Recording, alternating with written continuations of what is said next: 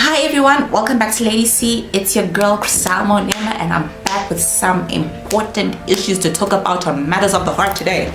So if you want to know what's going on and what we're going to talk about today, stay tuned.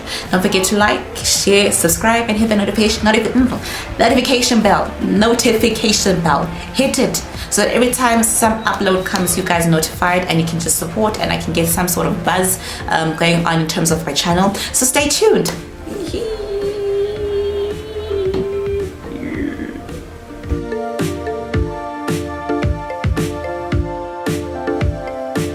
So today's topic is called setting your priorities, okay?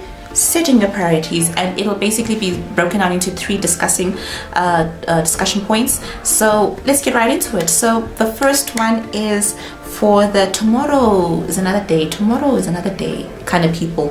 So my first point is this, okay? For the people that are tomorrow's another day, one, you have to create a schedule and stick to it, even on the lazy days, okay? So people that fall into this section are often the lazy and ill-disciplined people. Now, if you realize that you are lazy and ill-disciplined in certain areas of your life, like me sometimes, I'm guilty, yes? Set a schedule so that you're able to make time for the things that you need to do, and then be consistent and be disciplined so that they're not complaining about the work that you're producing all the time. Fair enough? Fair enough. So I'll give you a typical example, waking up, okay? Some people are not morning people, others are night owls like me, and others are morning people and not night owls. Now, if you're an early bird kind of person, this might not be an issue for you. But for me, I know that I'm the type of person that cannot immediately get out of bed. So what I do to create a schedule for myself to wake up, I set my alarm 30 minutes before I wake up, because if I set it an hour before, I'm just going to go back to sleep. You understand? So I wake up at 7 o'clock. I set my alarm for 6:30. When my alarm goes on at 6:30, I already tell myself that, hey, you need to wake up in the next 30 minutes. That time when I'm laying in bed for the 30 minutes, I'm praying, meditating, right? Telling myself, okay, I'm going to wear this and that, okay? I know that, okay, I need to wake up. So it's just, I'm preparing myself mentally for my day, because I can't get up. I just can't get up. Okay, so setting a schedule allows your body to get yourself into a rhythm, and also it forces other things around you to flow into your rhythm. So you don't have to all of a sudden switch up and then be like, what the heck is going on? All right, so set a schedule and stick to it, even on the lazy days. So when that task is done, it's forgotten about, it's done. You understand? You don't have to contemplate and think about it as the day goes on. It's not something that's haunting you or lingering, in the back of your mind. All right. Then my second point is for the busy bee people. These are the people, what do I mean by busy bee? These are the people that are always busy but get nothing done at the same time. Okay, so they're the type of people that like to focus on the small trivial things but leave the bigger tasks for some other day. Okay, and the second point is to tackle the biggest, hardest, and least appealing tasks, and like first thing every day. Okay, so I'll give you a typical example: assignments, research reports. Okay, now when you varsity will show you flames. Okay, so they'll tell you, okay, these are your assignments and they're due at the end of the month or in 2 months time. People don't realize how difficult it is to get an assignment together and how much effort and work goes into putting a really good assignment and research report, right? So when they give you the assignment, okay, I'll give you a typical example of how I tackled it so I could get better looking marks. I would tackle my reference list first and my table of content, because people don't see that is the most annoying thing to deal with. It is so annoying to deal with because they want it to be referenced Harvard style or APA style. Your table of contents has to look and match your body. The cover page, all of those should be handled first. So go do your research, put it aside so that by the time you focus on your body, you focus and you've got all the energy and the resources and you can put enough into it so that your work look good by the time due date comes around. Okay? So if you are the type of person who likes to put important, very urgent and important tasks to the end, but you're doing the other small, important but not so urgent things, then this is for you. Okay, so all the dreadful tasks, you need to deal with them first thing every day. If you feel like it's hard to juggle it, schedule time to study, schedule time to do this research for your assignment. Okay, schedule time to exercise, schedule time. It goes back to the first point. You need to schedule everything so that you don't find yourself doing the not so important things now and then being overwhelmed and hitting burnout and hitting a mental breakdown by the time the assignment is due. So focus on the important things so that by the time the due date comes around, you know, everything is like golden and you're good to go and you can put things together and you're consistent and everybody's happy, you're happy, and then you can relax. All right. And then my third talking point is for the workaholics. Those are the people that have no chill, like the no chill kind of people, the German efficiency kind of people. Like they just on and on and on and on and on. And these type of people, they scare me because they're always working, but they never make time for the other things that are also important in their lives, like family, their own mental health, you know, taking time to do tasks and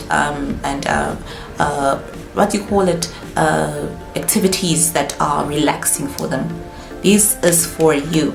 You need this. So I'm going to give you the Covey, I don't know if it's the Covey quadrants, okay? So basically what happens is that you must break down your tasks and your assignment into 4 quadrants so that you're able to do everything and still have time for even the family, the mental health, welfare kind of activities. Do you get what I'm saying? So that you don't hit burnout and fatigue and then go crazy at the end of the day. So I'll leave it like a diagram on the side of my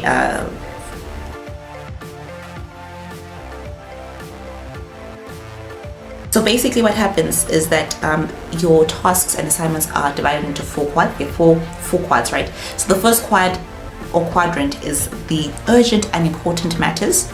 So in quad 1, what happens is the assignments that need to be done now, it's urgent, you need to hand it out in the next hour or so, or today. That's something you'd focus on and you'd swallow the frog, eat it and hand it out. The second quadrant is the not urgent but it's still important activities. So these are the activities like exercising, maybe brunch with the family, maybe even going to the spa. You understand? They are still important but they're not urgent. So these are the things that you would schedule time for, basically.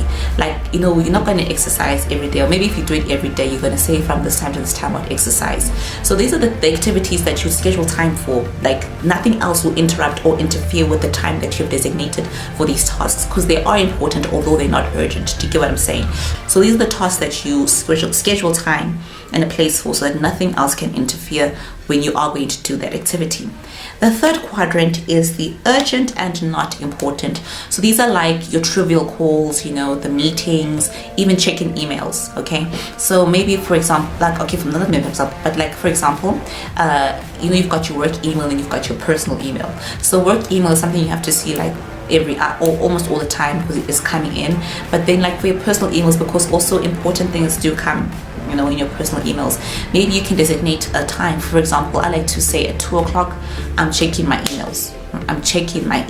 I want to see like, okay, who's been, if there's any important emails, so that I do not miss anything, or I don't find myself at the end of the week with 100 and something emails and now I have to go through all of them to see what's important, what's not important. You get what I'm saying?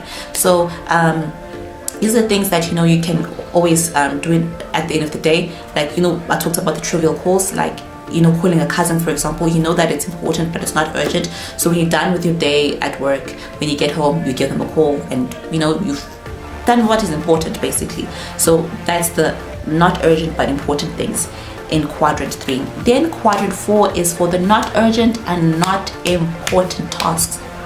Example, watching YouTube videos and catching up on Netflix. That can be done another time. Like, it's not something that needs to be done now, right? And not urgent and not important does not mean that it's not still important to you, you know, but it's like luxury time, basically.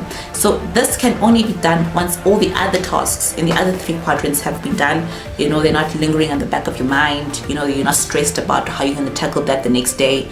Those are things that you can do when you have completed all the big tasks, everything that needs to be done. Now you can sit down, relax, Netflix and chill. All right. Now, why I'm talking about setting your priorities straight is that we are often sometimes either overthinking things or underthinking things. And the truth is, if we are inconsistent or we are not like people who are on point with the things that we need to do, we can often make costly mistakes.